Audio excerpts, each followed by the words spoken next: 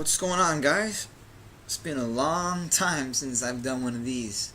Thinking 2 years. Last time I think I made a video about the Raiders. Our quarterback was Matt McGloin or Terrell Pryor, one of those two guys, and Dennis Allen was the head coach, and the whole thing was a huge mess. That's the last time I made a video here, and now the season just ended. They finished 12-4, and 14 years back in the playoffs, and I would even say back in the NFL for good, because this team is set for the future. But that's what I'm here to talk about for today. I'm actually going to address that this is going to be my new channel from now on. I'll post a link to my old channel so you guys exactly remember who I am, because I'm pretty sure I look kind of different and a lot of you guys forgot. But yeah, I'm going to be posting some other videos here too from some of the other teams I support. As you can see behind me, I'm a big soccer fan, and I support Liverpool Football Club. So if you guys watch the Premier League and you guys like Liverpool, I'll be posting videos about them and the transfers and the game reviews and stuff like that. And also I'm a fan of the New York Mets in the MLB, so I'll be posting about those two. And maybe every once in a while I could do a video about some UFC fights, because I'm a very big fan of MMA. So, but mostly, as you can see in the title of my page, the silver and black, the black hole is back. My friends, the Raider Nation is now a force to be reckoned with again. But, you know, every time a season ends, you hope your team can strengthen the weaknesses. And the Raiders already kind of disappointed me today with their offseason moves. So they decided to keep Ken Norton Jr. as the defensive coordinator, and I am not a big fan of that move. They decided to let Bill Musgrave's contract expire, and I'm okay with that, but I'm not too sure about the replacement they brought in. I'll get into that later. I want to talk about Ken Norton right now. The defense this year was abysmal. Abysmal is being generous. It was dreadful, awful. And I don't care about a few games they had against San Diego, and I think it was, who else did they take, like maybe the Titans before Mariota got going. You know, they had a couple low-scoring games this season. I'm not buying it. I'm not buying it. What I saw from this defense, it was just atrocious. And when they really had to show up, which was when Carr went down, that's when the defense really had to prove its worth.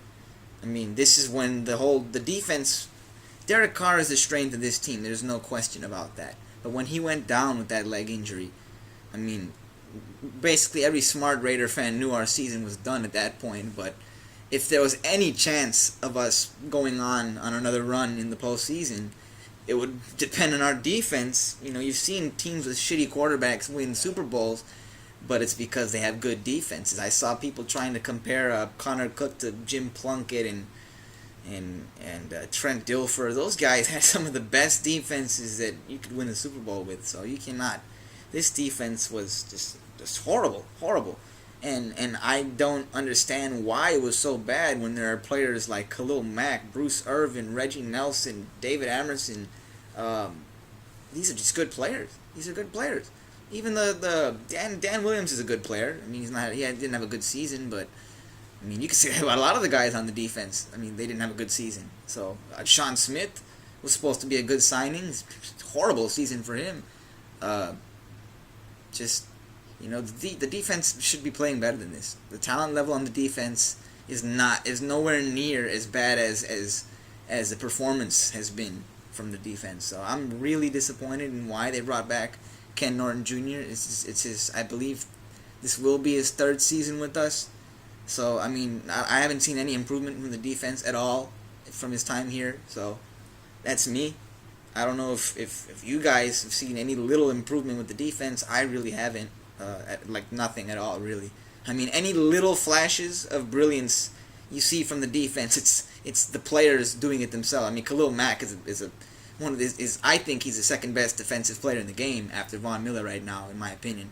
I mean, at least pass rushers. Okay, there's a lot of defensive players. You could be bringing, you know, Richard Sherman and then all those other players, the cornerbacks, the safeties into that discussion. So pass rushers, Khalil Mack is number 2, below Von Miller. I don't think anybody else would disagree with me there.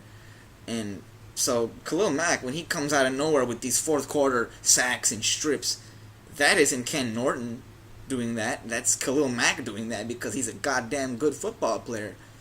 So anything you see from the defense, it's good. I mean, those interceptions from Reggie Nelson, that's him. I mean, he's a good safety, and that's what he does. I don't see anything as a unit that this defense does well. They have individual moments of brilliance from the talented players every once in a while. Bruce Irvin too. But I never see them come together as a unit. The coverage has been trash this season. The pass rush has been okay. There have been games. Khalil Mack went through a couple stretches without a sack this season, which, and he's still a candidate for Defensive Player of the Year, which it just tells you how freaking amazing he is as a football player. So, yeah, that's my take on Ken Norton. I'm not happy with that. I mean, I'm not gonna lie, that kind of lowered my Super Bowl expectations just a little bit. I mean, right when the Texans game ended, I told my buddies, I told my family, I said, hey, you know what, this team, this is the beginning of something special. They're gonna get rid of those crappy coordinators, and they're gonna bring in some experienced veterans. Like, I was hoping somebody like Wade Phillips, Carl Smith, the offensive coordinator, the quarterback coach of the Seattle Seahawks, who worked with Jack Del Rio before. I thought he would be a consideration, but it seems the Raiders are just going the inexperienced route, which I'm just not sure about. Now I'm going to get to the offensive coordinator hire. So Bill Musgrave's contract expired, and he was let go, which I'm okay with, because Bill Musgrave, as good as the offense played, I'm not going to give him all the credit, because, God, he had two of the, I think, the second best wide receiver trio after the Giants with Odell and Shepard and Cruz. I think we had arguably the second best wide receiver trio. I think the Redskins got a pretty good one too. Same thing in Atlanta, but Atlanta mostly it's Jones doing everything. So with us, I mean, we had a trio. All three guys were putting in work at different times. I mean, you can't credit Bill Musgrave for all of this. And there were times when Bill Musgrave lost us games. I'm gonna say it. I see people blaming Derek Carr countlessly. People bring up that when you talk about the MVP race, Derek Carr, that second game against the Chiefs, he had a bad game. He can't beat the Chiefs. Derek Carr struggles against the Chiefs. That second game against the Chiefs, I keep hearing about that. I don't think that game was Derek Carr's fault. He was playing with a broken finger, okay? He's playing with a broken finger, no left guard, which was the best offensive lineman on our entire line. Kalichi Ozumel is a big deal. When you lose that guy, the running game is non-existent. And that's another issue, though. The running game was not non-existent. It was there. But Musgrave was not using it. When your quarterback has a broken finger in a playoff deciding game, this game basically gave Kansas City the first seed. If we won that game, we would have took the first seed. And I'm not sure if we really want that at this point, but I'm just saying, I mean, things would have worked out a little better for us if we had just beaten Kansas City in one of those games. The first game, I mean, Carr played pretty bad. It was a rainy game and all that, but I'm not going to make any excuses. Carr played pretty bad in that game. But the second game, Bill Musgrave made some horrible play calls. Latavius Murray had maybe, less than 20 carries in that game? I think he did, because I thought we could have used him a lot more than we did. I mean, the Chiefs in the beginning of the game were stuffing the run on the right side, but when we would run the ball on that left side, they had no answer. And Latavius Murray was getting good yardage. The Chiefs lost their middle linebacker. Forget his name at the moment. They lost their middle linebacker, one of the leaders on Derek Johnson, one of the leaders on their defense. And when you lose a middle linebacker, that's asking to be run on. And when the team loses their middle linebacker, the number one thing they're losing is their best run stopper. I mean, they have Dontari Poe. I mean, if you have a good defensive tackle like that, you might not be losing your best run stopper, but you're losing one of the main ones. So, I mean, A team loses its middle linebacker, that's a perfect reason to run the ball more. And having a quarterback with a broken finger is even more of a reason to run the ball more. And what does Musgrave do? The opposite. We throw the ball on a 3rd and 1. And, that game was all Musgrave, in my opinion. The defense actually played well in that game. They intercepted Alex Smith. How rare do you see that? And forced a fumble. Khalil Mack stripped him. The opening kickoff return, the Raiders had their chances in that game. And Bill Musgrave, each time they got in field goal range, Musgrave's play calling was just bad. It was just bad. So the new guy, quarterback coach, Todd Downing, there isn't much to say about him. He's never been an offensive coordinator before. He has no experience calling plays. And I really don't know what he's going to bring to the table. I'm seeing people say that, Carr's going to have more freedom. Carr's going to be more aggressive now. It's going to be more, the offense is going to be more about Carr now. He's going to have more control. Are we necessarily sure that that's a good thing? How many interceptions did Derek Carr throw in this conservative offense that we played this year? Conservative offense that scored almost 30 points a game. I believe it was 30 points a game, actually. Conservative offense. I don't know where you people get this.